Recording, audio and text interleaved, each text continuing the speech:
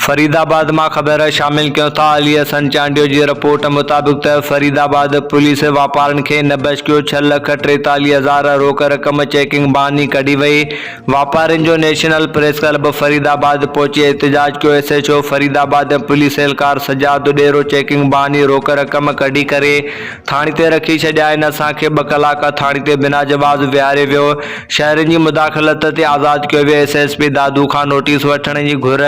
तफ़सील मूजिब गोठो छोटो मेरवानी के रवासी माल जो वापारी Mohammad Yusuf Chandio, Hakim Chandio, Attar Chandio, Mohammad Chandio, Mor Chandio national press club Faridabad पहुंचे एहतजाज कंदे फरीदाबाद पुलिस ते इल्जाम हयूं त माल जो वापारी ऐं चौपायो माल विकणी वापस अची रहा हुआसीं त फरीदाबाद थाने के SHO ऐं पुलिस एहलकार सजाद डेरो रोके गिरफ्तार करे थाने ते वठी आया। पुलिस चयो त तव्हां ते केस दाख़िल आहे। पुलिस चेकिंग कंदे असां खां 6,43,000 रोक रकम मोबाइल फोन वठी रखी छॾी। हिन चयो त असांखे 2 कलाकनि खां पोइ शहरनि जी मुदाखलत ते आज़ाद कयो वियो, पर 6,43,000 रोक रकम ऐं मोबाइल फोन न ॾिनी वई। हिननि चयो त पुलिस अवामी तफ़ज़ुला हूंदी आहे। हिननि चयो त 24 कलाक गुज़री विया आहिनि पर पुलिस पैसा ॾियण लाइ तयारु न आहे। हिननि IG Sindh DIG Hyderabad SSP दादू खां मुतालबो कयो त फरीदाबाद पुलिस जे अहिड़े अमल जो नोटिस वठी असां सां इंसाफ़ कयो वञे। ॿी सूरत में सुभाणे थाणे अॻियां धरणो हंयो वेंदो।